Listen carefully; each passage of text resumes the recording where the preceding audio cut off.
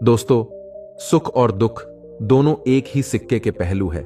जिंदगी में इन दोनों का सिलसिला चलता ही रहता है। अगर कोई अच्छा कर्म करता है तो उसके साथ अच्छा होता है, और इसके विपरीत यदि कोई व्यक्ति बुरे कामों को अंजाम देता है तो उसके साथ बुरा होना स्वाभाविक है। हालांकि कभी कभार अच्छे कर्मों को अंजाम देने के बावजूद भी इंसान के साथ बुरा ही होता है, जबकि किसी बुरे इंसान की जिंदगी में सब कुछ अच्छा ही होता है। दोस्तों, अब सवाल यह आता है कि यदि किसी जीव को उसके कर्मों के आधार पर उसका फल मिलता है तो फिर ऐसा होने के पीछे क्या कारण है।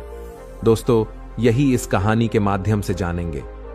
एक बार की बात है, गौतम बुद्ध अपने शिष्यों के साथ बैठे हुए थे।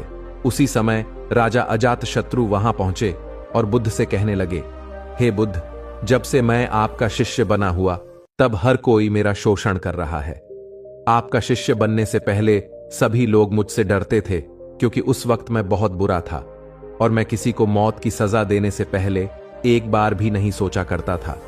लेकिन आपका शिष्य बनने के बाद मेरा किसी को दंड देने का मन नहीं करता और ना ही मुझे गुस्सा आता है। मैं शांत हो गया हूं और सभी को दया भावना से देखता हूं, लेकिन कुछ लोग मेरे इस बदलाव का अनुचित लाभ उठा रहे हैं और मेरे राज्य के लोगों को भी एक तरह के खतरे में डाल दिया है। कृपया आप मुझे बताएं कि मुझे अब क्या करना चाहिए। राजा अजातशत्रु की यह बात सुनकर गौतम बुद्ध उन्हें एक कहानी सुनाते हैं। एक बार एक बड़े पेड़ के नीचे एक जहरीला सांप रहता था। पेड़ एक गांव के पास में एक कोने में हुआ करता था। वहां अक्सर सुबह शाम लोग बैठते थे और खूब बातें करते थे। लेकिन जब से उस पेड़ के पास उस सांप को देखा था, तब से लोगों ने वहां जाना बंद कर दिया था। लेकिन कुछ लोग तो जानबूझकर वहां सांप को देखने आया करते थे और उसे छेड़ा करते। फिर उस सांप को जब खतरा महसूस हुआ तो उसमें खुद के बचाव के लिए लोगों पर हमला करना शुरू कर दिया। वह सांप अब अपने क्षेत्र में लोगों का आना भी बर्दाश्त नहीं करता था, जिससे गांव के कई लोगों की जान जाने लगी। इस तरह पेड़ के आसपास जब भी कोई हलचल होती तो सांप वहां आ जाता और हमला कर देता। सांप की दहशत अब पूरे गांव में फैल गई थी। अब लोगों ने बिल्कुल ही उस पेड़ के पास जाना बंद कर दिया था। एक दिन एक साधु उस गांव से गुजर रहे थे। तभी उस साधु की नजर उस विशाल से घने वृक्ष पर पड़ी, जिसके नीचे वो सांप रहा करता था। घने पेड़ को देख साधु के मन में विचार आया कि चलो वृक्ष की इस ठंडी छाव के नीचे बैठकर कुछ देर ध्यान लगाया जाए। उसी वक्त गांव के कुछ लोग अपनी गायों को लेकर घर की ओर जा रहे थे। तभी उन लोगों की नजर उस साधु पर पड़ी, जो कि उसी पेड़ की तरफ ही जा रहा था। तभी लोगों ने उस साधु को सांप के बारे में सावधान करते हुए कहा कि आप उस पेड़ के पास मत जाना। वहां एक जहरीला सांप रहता है जो जरा सी हलचल होने पर हमला कर देता है और अब तक कई लोगों को काट भी चुका है। लोगों की यह बातें सुनकर साधु मुस्कुराए और उस पेड़ की तरफ चल दिए। फिर जगह को थोड़ा साफ करके जैसे ही साधु ध्यान करने के लिए बैठे, तभी सांप हलचल सुनकर साधु के सामने आ पहुंचता है और फूकारने लगता है। फूकार की आवाज सुन साधु की आंख खुलती है और वह सांप को देखने लगते हैं। वह सांप की आंखों में देखते हुए एक मंत्र बोलते हैं और मुंह से फूंक मारते हैं। तभी चमत्कारी रूप से वो सांप साधु से बात करने लगा। अब दोनों एक दूसरे की भाषा को समझ सकते थे। सांप साधु से कहता है, हे मनुष्य, क्या तुम मुझसे नहीं डरते? क्या तुम नहीं जानते कि यह मेरा क्षेत्र है और यहां आने की किसी की हिम्मत नहीं होती? साधु ने करुणा भाव से कहा, मित्र, इसमें डरने की क्या बात है? मैं किसी चीज से नहीं डरता, क्योंकि जब मैं जीने का लोभ ही नहीं रखता तो मृत्यु से क्या डर।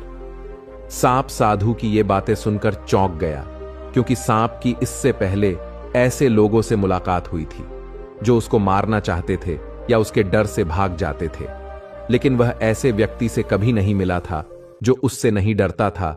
सांप साधु से इतना प्रभावित हुआ कि वह साधु के चरणों में गिर पड़ा और बोला, हे प्रभु, आप बिल्कुल सही कह रहे हैं। आज तक मैंने जो कुछ भी किया है अपनी जान बचाने के लिए किया है। अपने क्रोध के चलते ना जाने कितने निर्दोषों की जान भी ले ली। इसके बाद साधु सांप को बहुत सी बातें समझाकर वहां से चला गया। साधु की बात से प्रभावित होकर सांप ने निश्चित किया कि आज से वह किसी को नहीं काटेगा। वह अपने क्रोधी स्वभाव को त्याग देता है, दूसरों को काटना बंद कर देता है। लेकिन इसका नतीजा उल्टा निकलता है। जब लोगों ने देखा कि सांप ने लोगों को तो काटना बंद कर दिया है, तो लोग उसका फायदा उठाने लगे। जो लोग उससे दूर भागते थे वो उसके पास आने लगे और सांप को परेशान करने लगे।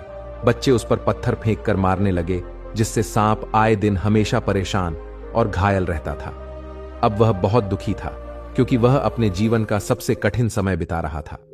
एक बार वह साधु फिर से उस गांव में आए। वह उसी पेड़ के नीचे बैठ गए। तभी साधु की नजर उस सांप पर पड़ी, तो साधु ने उस सांप से पूछा, मित्र, तुम्हारी यह हालत कैसे हो गई? तुम इतने घायल और इतनी कमजोर स्थिति में कैसे आ गए? तब सांप ने कहा, जब से आपने मुझे अपने हिंसक स्वभाव को छोड़ने के लिए कहा, तब से मैंने निश्चय किया कि अब मैं किसी पर हमला नहीं करूंगा। मैंने क्रोध करना छोड़ दिया और शांति को अपना लिया, जिसका नतीजा यह हुआ कि लोग मुझे परेशान करने लगे, दुर्व्यवहार करने लगे। कोई पत्थर से मारता तो कोई डंडे से पीट कर चला जाता। सांप की बात सुनकर साधु ने कहा, मित्र, मैंने तुमसे कहा था कि बेवजह दूसरों को मत काटो, लेकिन मैंने तुम्हें तुम्हारी आत्मरक्षा के लिए हमला करने से नहीं रोका था।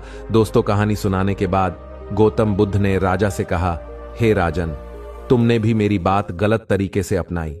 मैंने आपसे अपने कर्तव्य को छोड़ने के लिए कहा था, किंतु आप अपने कर्तव्य से भी विमुख हो गए।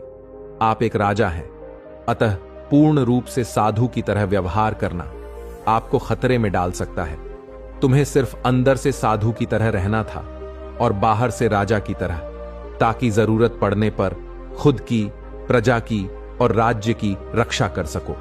दोस्तों, बिल्कुल ऐसे ही जंगल में होता है, जो सबसे सीधा पेड़ होता है उसको सबसे पहले काटा जाता है। और यही कानून दुनिया के लोगों पर भी लागू होता है। अच्छे भोले लोगों का खूब फायदा उठाया जाता है। अच्छे लोगों को जिंदगी में अनेकों दुखों का सामना करना पड़ता है, इसलिए कभी किसी को अपना फायदा मत उठाने दो। लोगों को उनकी मर्यादा में रखने के लिए खुद को परिस्थिति के अनुसार बदलना सीख जाइए, अन्यथा आपका हाल भी उस राजा सांप की तरह हो जाएगा।